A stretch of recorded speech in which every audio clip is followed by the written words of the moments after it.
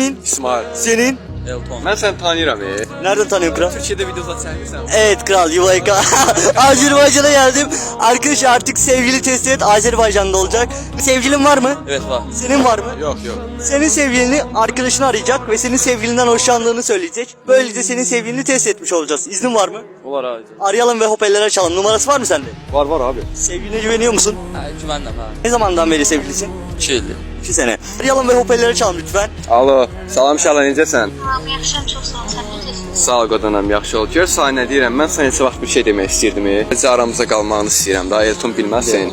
Aha, buyur. Mənim səndən neçə vaxtı xoşum gəlir. Çox sevirəm da səni. Demək istirdim, sadəcə deyəmirdim. Elton bilməsin də öz aramızda qalsın. Başa düşdün, yəni gözləmədiyim bir şeydir. Yəni sözün açığı demək gərəkirsə, mən də zaten bu aralar Elton'dan soyumuşam. Fotoğraftan aldım tüm anılarımı, acılarımı unutmak.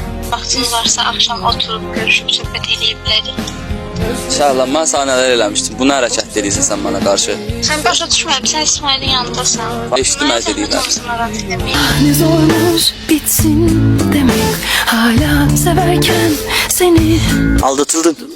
Bilirəm.